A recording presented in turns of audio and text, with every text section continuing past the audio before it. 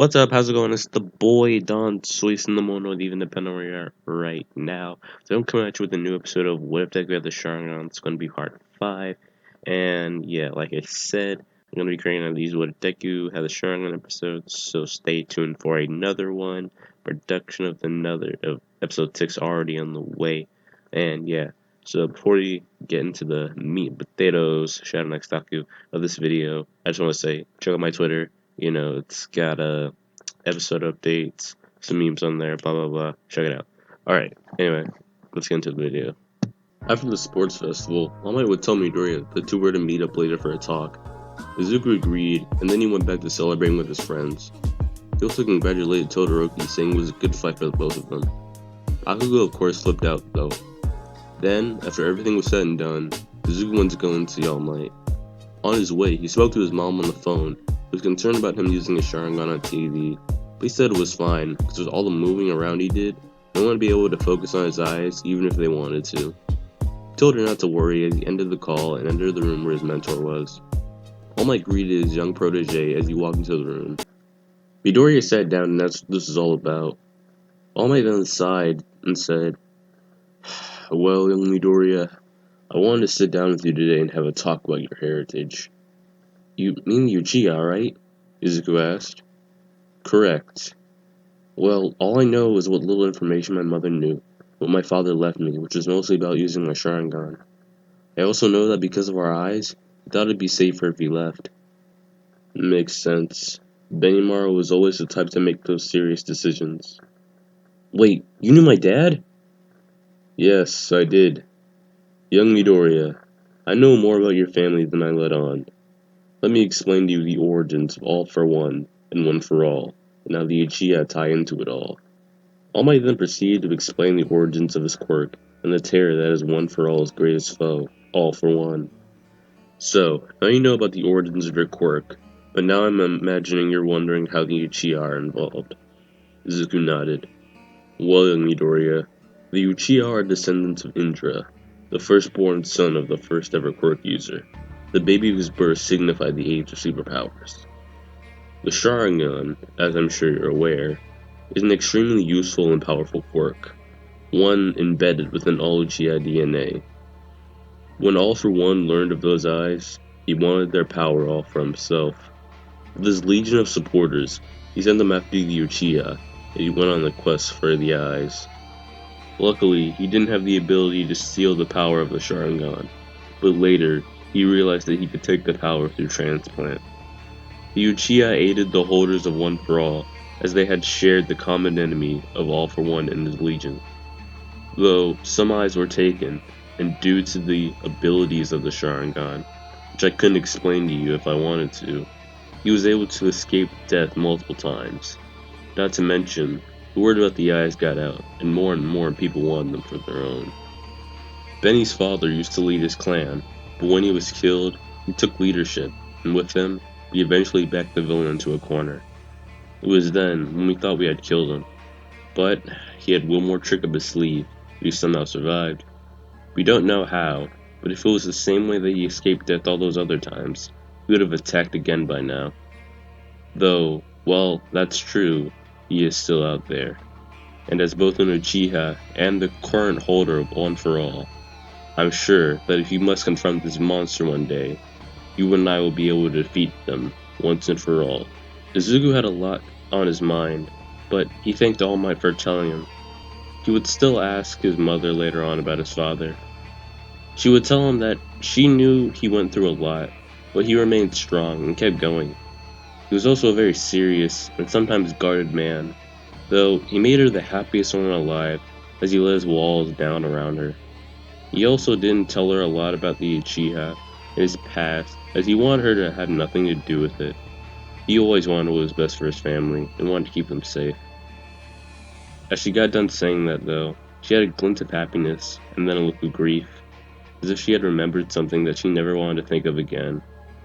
Isuku didn't ask, and he tried to shake it off.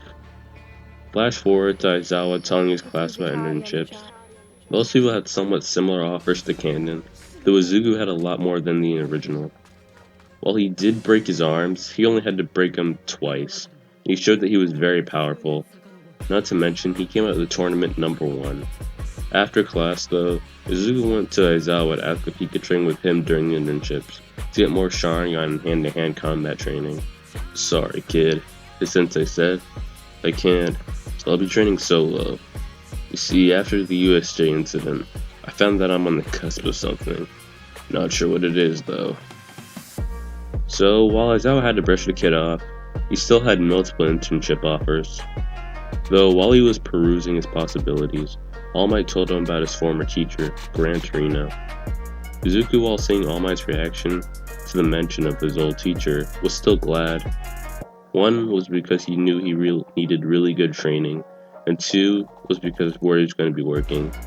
The reason being was he was worried about Ida, who he heard was taking a work study somewhat near him. So when the time came, he made his way to his internship. When he got to Torino's place, he knocked a couple of times, and when he got no answer, he just walked in. He looked around yelling, "Hello? Torino? Grandmaster?" As the lad searched, Torino came from out the shadows like a blur, violently knocking his new disciple to the ground, before he even knew what happened. Before Izuku could question him, the old man scolded him, saying, "So, this is all the 9th user of One For All is capable of, huh? I shouldn't have expected much since you were foolish enough to be so obvious with your Sharingan on TV. I guess I got ahead of myself knowing you were Benny's son. He was a lot more skilled than you at this age." At hearing this, Midoriya simply got up, activating his Sharingan and got into a fighting stance. "I like that look in your eye," Torino said. "We may just make a hero out of you yet." From then on, Torino trained Izuku vigorously. They worked on making sure he perfected his full cowl, and him changing his power outages on a dime. They also worked on the basics such as speed, agility, and reflexes. There were no breaks. Torino was out to turn this virgin Izuku into the Chad DEKUCHIHA, the name he had chosen for himself, that he would shout out to the entire world after defeating All For One. After a little while of training, Torino decided that it was time for some training in the field, as in cleaning up incidents in the city. Though, while riding the train to the city, it was attacked by a Nomu well over Hosu. Torino still took on the Nomu, and Midoriya went into the city, eventually finding Ida. And when he did, he activated his Sharingan and jumped into action, stopping Stain from killing his friend. "Midoriya, don't get involved! This is my fight! It's none of your concern!" Ida yelled. "No way!" his friend yelled back. "Like All Might would say, it's a hero's job to stick their nose where it doesn't belong. I'm gonna save you two!" Stain was impressed by this boy's spirit and decided that he would spare him after killing the other two. Or at least, that was his intent. You see, this messy-haired kid was a lot tougher than he thought he'd be. Izuku got a lot out of his short training experience with Torino. He was able to use his Sharingan to follow Stain's blades and dodge. Couple that with the power of One For All, and Izuku was outpacing him. Ida was on the ground in disbelief at the skill of his classmate, and to be honest, so was Izuku. So, as they fought, Izuku charged his arm with One For All and punched Stain, sending him flying. He quickly tried to recompose himself and got up, then bringing out multiple shuriken. He threw them at Izuku, but the lad simply put his arms in an X shape, and while powering up to his max, rushed forward yelling, "Carolina Smash!" He sent the shuriken flying away from him, but then Stain jerked his arms back, as the shuriken had lines tied to them, so they came flying back towards him. Izuku was able to dodge mostly, but one of them nicked his cheek, just barely. Stain grinned though, and he caught the star in his mouth, causing the kid to fall to the ground, unable to move. "What the? I can't move. And he only barely cut my cheek. Does that mean he could paralyze people by cutting them?" But he cut the shuriken with his mouth. So, could that mean... Stain walked up to the kid on the ground. "You think quick, kid. Seems you pieced it together already, but yeah, I have the ability to paralyze someone after ingesting their blood." "Good to know. Not that there's any way I'll let any of your blades touch me." A mysterious voice had uttered those words from the shadows. Before anyone could see who it was, the person darted towards Stain with a fist to the gut and sent him flying across the alleyway. Who? That was the only thing on everyone's mind. Who was this mysterious figure? That figure then looked down toward Izuku with piercing red eyes. You know, I heard from Toshinori that you were training with Torino, so I thought you would have known better. But I guess you could chalk it up to minimal combat experiences. Aside from that, though, it seems that you can take care of yourself quite well, Izuku.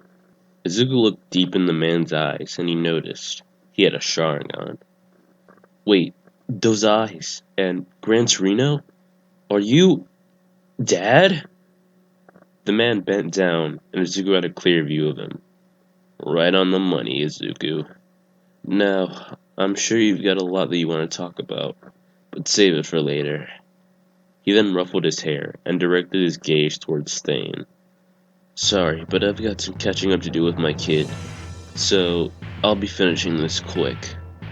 The hero killer just growled, saying, Another pest! He then threw a multitude of shuriken, once again, but in response, Benimaru simply waved his arm, a fiery burst of aura coming from his body as the shape of his eyes changed. He then ran towards his enemy at incredible speed, Stain trying to counter with a slash of his sword, but it being dodged. He then once again got punched in the stomach, knocking the wind out of him, and then being kicked away. Now it's time to finish this. Benimaru then took a deep breath and breathed a fireball at his enemy. Before it could reach him, though, a large wall of black flames blocked it. He then developed a shocked look on his face as he took a step back. Black flames? No way. Could it be? Before he could say anything else, though, Izuku jumped over the fire. I'll go check it out! He yelled. Though, as he got over, he couldn't find anyone, as the culprit, along with Stain, had already disappeared, and so did their fire. Izuku then walked over to the man, claiming to be his father, and as he was about to ask a million questions, his mind being flooded with them, Benimaru put his hand over the kid's mouth. People are coming. Let's talk somewhere else. He then dashed out of the alleyway, prompting Izuku to follow, but not before picking up Ida. So, the three fled the scene, and Ida was put on the doorstep of the agency Manuel worked at. As the father and son proceeded to cut through alleyways, Izuku asked his dad, So, where exactly are we going? I mean, can't we just sit down and catch up? I have a lot that I want to talk about, including what you clearly know about that black fire from earlier. Benimaru looked back and said, We're going home. We do have a lot to talk about, but I do think it's only right to see your mom first. Not to mention, she's gonna want to hear this. Then, we cut to Stain, waking up in the darkness. He'd call into it, asking where he was, and who brought him there. Then, he noticed two red eyes cutting through the darkness, staring right at him. Who are you? He asked. He could see whoever it was, slowly moving towards him. Calm down, Stain. I'm not gonna hurt you. I'm actually a fan. Though, I do have to apologize. The figure then dropped down, coming face to face with Stain, bringing up his finger and lighting up the room with a blue flame. It seems my father and brother did quite a number on you.